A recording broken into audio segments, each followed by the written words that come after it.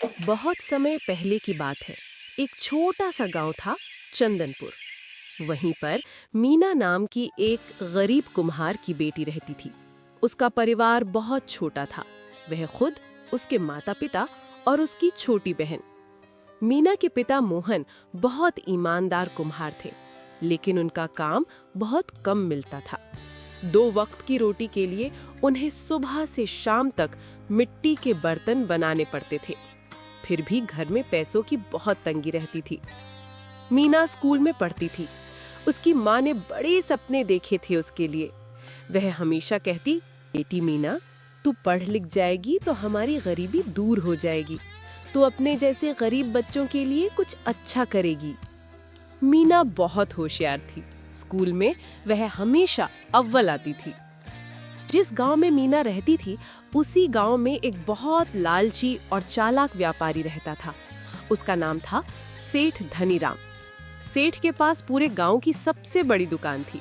वह गरीब कारीगरों से उनका सामान बहुत सस्ते में खरीदता और बाजार में महंगे दाम पर बेचता। एक दिन सेठ अपने मुनीम भोलू के साथ दुकान में बैठा था। सेठ हंसते हुए, अरे भोलू, इन गरीब कारीगरों की जिंदगी कितनी सस्ती है। ये दिन रात मेहनत करते हैं, फिर भी इनके पास पहनने को अच्छे कपड़े नहीं, खाने को अच्छा खाना नहीं, और मैं बस 1-2 सिक्के फेंक देता हूँ और सारा माल मेरा। सही कह रहे हो सेठ जी। यहाँ क्या, आसपास के 5-6 गांव में सिर्फ आपका ही नाम है। आपकी दुकान के बिना तो किसी का माल बिकता ही नहीं। आप तो यहाँ के राजा हो सेठ जी, राजा। इसीलिए तो कहता हूँ भोलू, दिमाग हो तो सेठ धनीराम जैसा, वरना ना हो। मेहनत तो जानवर भी करते हैं, कमाई तो दिमाग वाला करता है। उसी समय वहाँ मोहन घबराया हुआ, थका हुआ आता है। उसके हाथों में मिट्टी के बर्तनों की टोकरी है। सेठ जी प्रणाम सेठ जी। हाँ रे मोहन कुम्हार, क्या लाया है आज? सेठ जी, मैंने पूरे महीने मेहनत करके ये बर्तन बनाए हैं। बहुत अच्छी मिट्टी लगाई है, पक्के भी बढ़िया हुए हैं। घर में खाने को भी अनाज नहीं बचा। कृपया करके इनका अच्छा दाम दे दीजिए। 50 रुपए? सेठ जी, इतनी मेहनत में सिर्फ 50 रुपए? कम से कम 100 तो दे दीजिए, परिवार चलाना पड़ता है। तुझे नहीं चाहिए तो मत बेच, दूसरी जगह ले जा अपना माल। लेकिन याद रख, पूरे इलाके में मेरे सिवा कोई तुझसे बर्तन नहीं खरीदेगा। बेचारा मोहन मजबूरी में सब बर्तन 50 रुपए में बेच देता है और घर लौट आता है। घर पहुंचकर मोहन बहुत उदास है।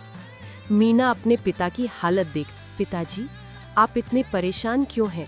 बेटी, क्या बताऊं, पूरे महीने की मेहनत के सिर्फ 50 रुपए मिले।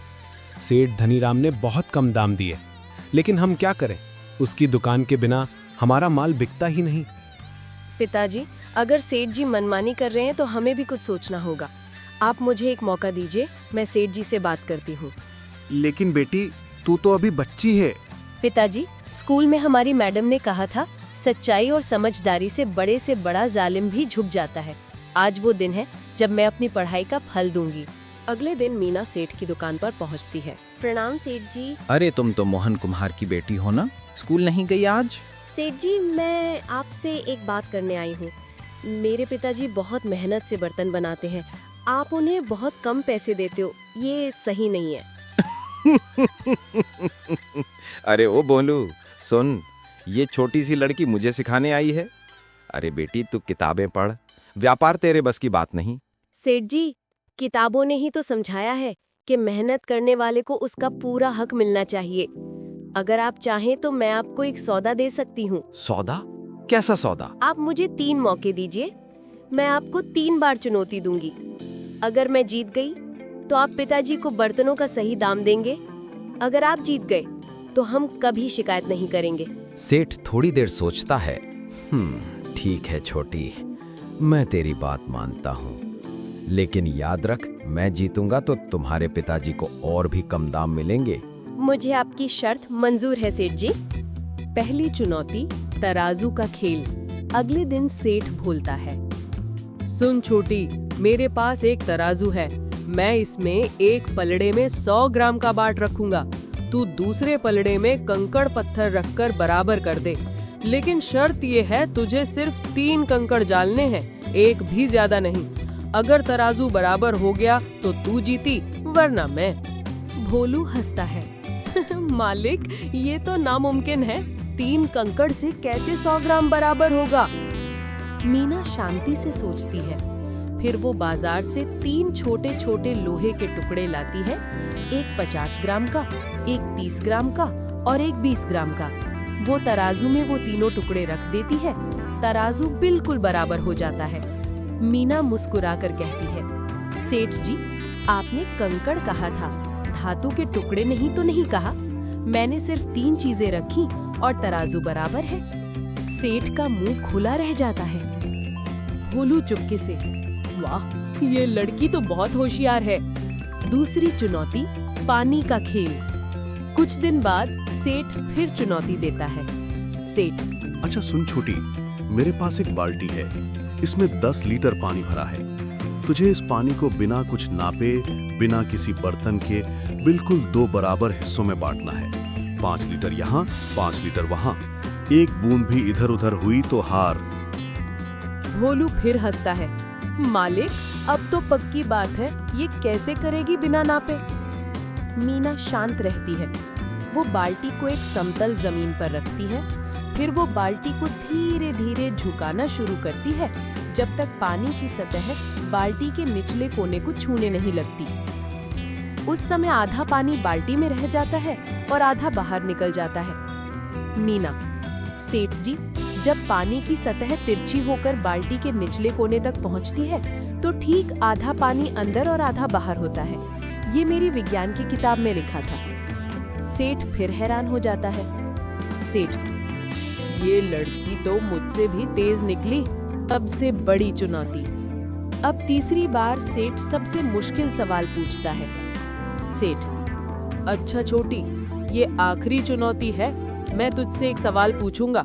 अगर तूने सही जवाब दिया तो तू जीती, अगर नहीं दे पाई तो मैं जीता। सवाल ये है, तू मुझे बता, इस दुनिया में सबसे कीमती चीज क्या है? सोना, हीरा, जमीन, दुकान, बता क्या है? सारी दुकान में सन्नाटा छा जाता है। सब लोग मीना की तरफ देखते हैं। मीना कुछ देर सोचती है, फिर शांति से बोलती है, सेठ जी, इस दुनिया में सबसे कीमती चीज है इंसान की इज्जत।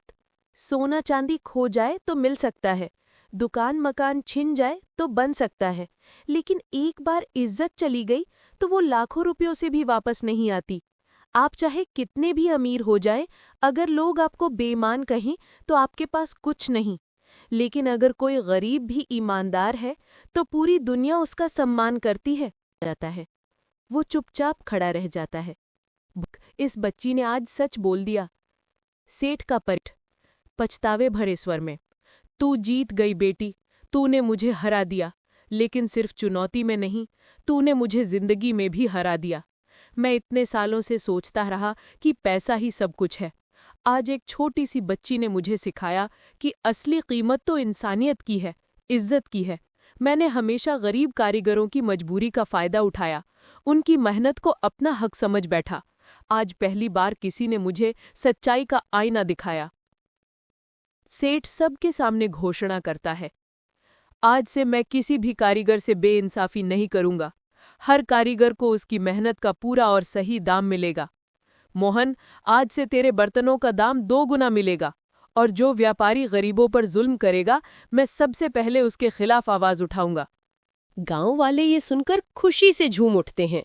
मोहन की आंखों से खुशी के आंसू निकल आते हैं। मोहन, बेटी, आज तूने सिर्फ हमारा नहीं, पूरे गांव के कारीगरों का भविष्य बदल दिया। मीना मुस्कुराकर, पिताजी, आपने मुझे पढ़ाया, ये सब आपकी मेहनत का फल है। अब कोई कारीगर अपनी मेहनत का सही दाम पाएगा। धीरे धीरे चंदनपुर गांव बदल जाता है। कारीगरों के घरों में भी रोशनी, हंसी और सम्मान लौट आता है। सेठ धनीराम अब सबसे ज्यादा इज्जत पाता है, क्योंकि अब वो सिर्फ अमीर नहीं, ईमानदार भी है। और गांव के बच्चे जब भी मीना को देखते तो कहते, ये सिर्फ पढ़ाई की किताब नहीं, जिंदगी की किताब है। एक छोटी बच्ची ने पूरे गांव को बदल दिया। की सीख, किसी की मजबूरी का फायदा उठाना सबसे बड़ी बेईमानी है। बुद्धि और साहस में उम्र नहीं देखी जाती। सच्चाई बोलने की हिम्मत हर किसी में होनी चाहिए। पैसा कमाना गलत नहीं, लेकिन दूसरों की मेहनत का अपमान करना सबसे बड़ा पाप है। दुनिया में सबसे कीमती चीज है इंसान की इज्जत, जो एक बार खो गई तो लाखों से भी वापस नहीं आती। शिक्षा सिर्फ नौकरी के लिए नहीं, समाज बदलने के लिए भी जरूरी है। एनिमेशन करते वक्त भरपूर शेर घेकिया। महाभारत में